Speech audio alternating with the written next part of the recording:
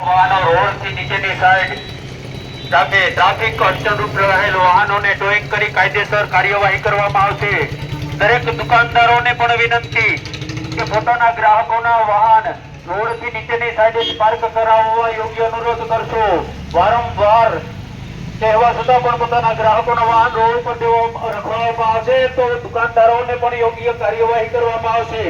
તેથી દુકાનદારોએ પણ ખાસ નોંધ લેવી।